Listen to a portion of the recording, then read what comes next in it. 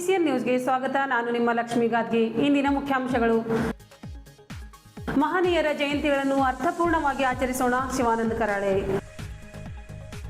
April 18ರಂದು ವಿಶೇಷ ಯೋಗ ಪ್ರಾಣಾಯಾಮ ಧ್ಯಾನ ಶಿಬಿರ.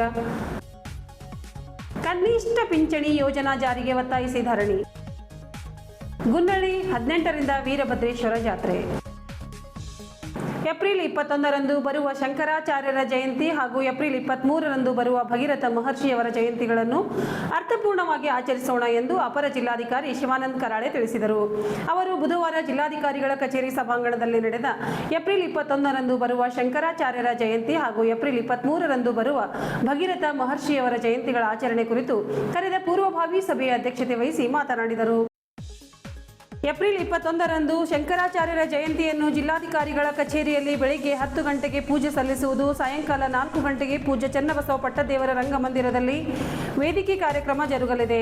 ಏಪ್ರಿಲ್ 23ರಂದು ಎಲ್ಲ ಸರ್ಕಾರಿ ಅರೆ ಸರ್ಕಾರಿ ಸಂಘ ಸಂಸ್ಥೆಗಳಲ್ಲಿ ಬೆಳಗ್ಗೆ 8:30 ಗಂಟೆಗೆ ಭಗೀರಥ ಮಹರ್ಷಿಯವರ ಭಾವಚಿತ್ರಕ್ಕೆ ಪೂಜೆ ಸಲ್ಲಿಸಿ ನಂತರ 9 ಗಂಟೆಗೆ ಜಿಲ್ಲಾಧಿಕಾರಿಗಳ ಕಚೇರಿಯಲ್ಲಿ ಭಗೀರಥ ಮಹರ್ಷಿಯವರ ಭಾವಚಿತ್ರಕ್ಕೆ ಪೂಜೆ ಸಲ್ಲಿಸಿ ಭಾಗವಹಿಸುವುದು. 10 ಗಂಟೆಗೆ ಛತ್ರಪತಿ ಶಿವಾಜಿ ವೃತ್ತದಿಂದ ಭಗೀರಥ ಮಹರ್ಷಿಯವರ ಭಾವಚಿತ್ರದ ಮೆರವಣಿಗೆ ಪ್ರಾರಂಭಗೊಂಡು ಕರಿಯಪ್ಪ ವೃತ್ತ, ಭಗತ್ ಸಿಂಗ್ ವೃತ್ತ, ಬಸವೇಶ್ವರ ವೃತ್ತ, ಅಂಬೇಡ್ಕರ್ ವೃತ್ತದಿಂದ ಪೂಜ್ಯ ಚನ್ನಬಸವ ಪಟ್ಟದೇವರು ರಂಗಮಂದಿರದಲ್ಲಿ ಮುಕ್ತಾಯಗೊಂಡು 11 ಗಂಟೆಗೆ ವೇದಿಕೆ ಕಾರ್ಯಕ್ರಮ ಜರುಗಲಿದೆ.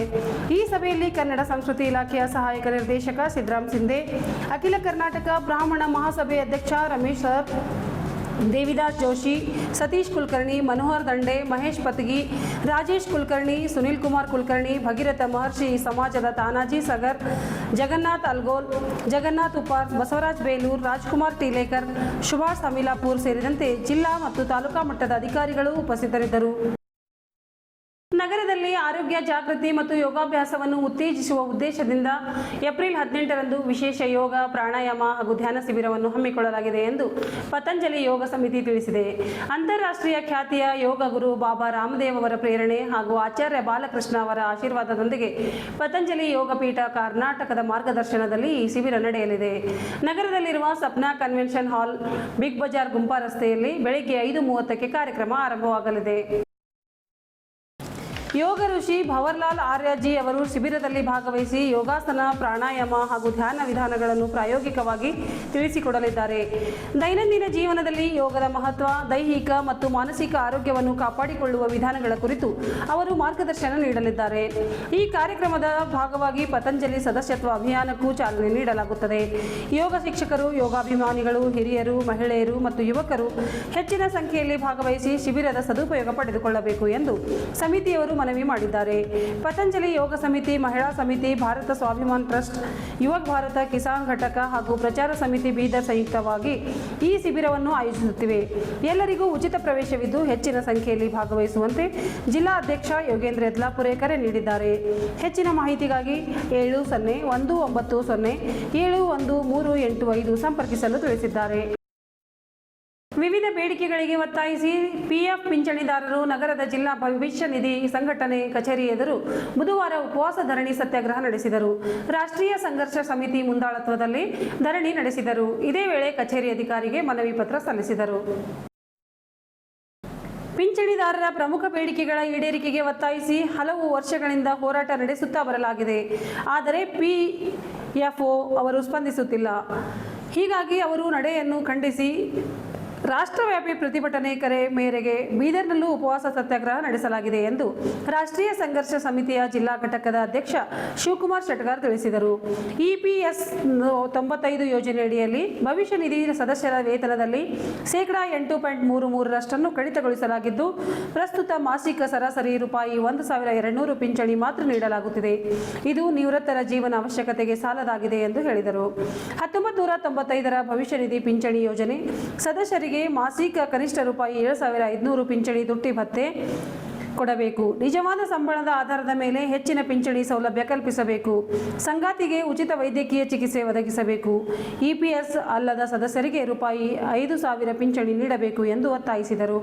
ಕೂಡಲೇ ಬೇಡಿಕೆ ಈಡೇರಿಕೆಗೆ ಕ್ರಮ ಕೈಗೊಳ್ಳದಿದ್ದಲ್ಲಿ ತೀವ್ರ ಹೋರಾಟ ನಡೆಸುವುದು ಅನಿವಾರ್ಯವಾಗಲಿದೆ ಎಂದು ಎಚ್ಚರಿಸಿದ್ದಾರೆ. ಧರಣಿ ಸತ್ಯಾಗ್ರಹದಲ್ಲಿ ಸಂಘದ ಪದಾಧಿಕಾರಿಗಳು, ಕೆಎಸ್ಆರ್ಟಿಸಿ, ಡಿಸಿಸಿ ಬ್ಯಾಂಕ್, ನಾರಂಜ ಸಹಕಾರ ಸಕ್ಕರೆ ಕಾರ್ಖಾನೆ, ಗುರುನಾನಕ್ ಕಾಲೇಜ್ ಮತ್ತಿತರ ಸಂಘ ಸಂಸ್ಥೆಗಳ ನಿವೃತ್ತರು ಪಾಲ್ಗೊಂಡಿದ್ದರು.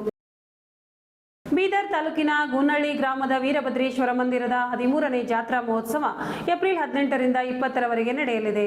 18ರಂದು ಸಂಜೆ 7ಕ್ಕೆ ದೇವಸ್ಥಾನದ ಆವರಣದಲ್ಲಿ ಜಾತ್ರೆ ಉದ್ಘಾಟನೆ ಹಾಗೂ ಧರ್ಮಸಭೆ ನಡೆಯಲಿದೆ ಎಂದು ದೇವಸ್ಥಾನ ಸಮಿತಿ ಅಧ್ಯಕ್ಷ ಸುನೀಲ್ ಕುಮಾರ್ ನಾಗಶೆಟ್ಟಪ್ಪ ಬಿರಾದಾರ್ ಪ್ರಕಟಣೆಯಲ್ಲಿ ತಿಳಿಸಿದ್ದಾರೆ. ಜಹೀರಾಬಾದ್ ತಾಲೂಕಿನ ಮಲ್ಲಯ್ಯಗಿರಿ ಆಶ್ರಮದ ಡಾಕ್ಟರ್ ಬಸವಲಿಂಗ ಅವಧೂತರು ದಿವ್ಯ ಸಾನ್ನಿಧ್ಯ ವಹಿಸಿ ಲಾಡ್ಗೇರಿ ಮಠದ ಗಂಗಾಧರ ಶಿವಾಚಾರ್ಯರು, ಕಟಕ್ ಚಿಂಚೋಳಿಯ ಬಸವಲಿಂಗ ದೇವರು ಸಮ್ಮುಖ ವಹಿಸುವರು. ಸಂಸತ್ ಸಾಗರ್ ಖಂಡ್ರೆ ಉದ್ಘಾಟಿಸುವರು ಎಂದು ಹೇಳಿದ್ದಾರೆ. ಶಾಸಕ ಡಾಕ್ಟರ್ ಶೈಲೇಂದ್ರ ಬೆಲ್ದಾಳೆ ಅಧ್ಯಕ್ಷತೆ ವಹಿಸುವರು. ಮಾಜಿ ಸಚಿವ ಬಂಡೆಪ್ಪ ಖಾಶಂಪೂರ್, ಮಾಜಿ ಶಾಸಕ ಅಶೋಕ್ ಖೇಣಿ ಹಾಗೂ ಮುಖಂಡ ಚಂದ್ರಸಿಂಗ್ ಮುಖ್ಯ ಅತಿಥಿಗಳಾಗಿ ಪಾಲ್ಗೊಳ್ಳುವರು ಎಂದು ತಿಳಿಸಿದ್ದಾರೆ.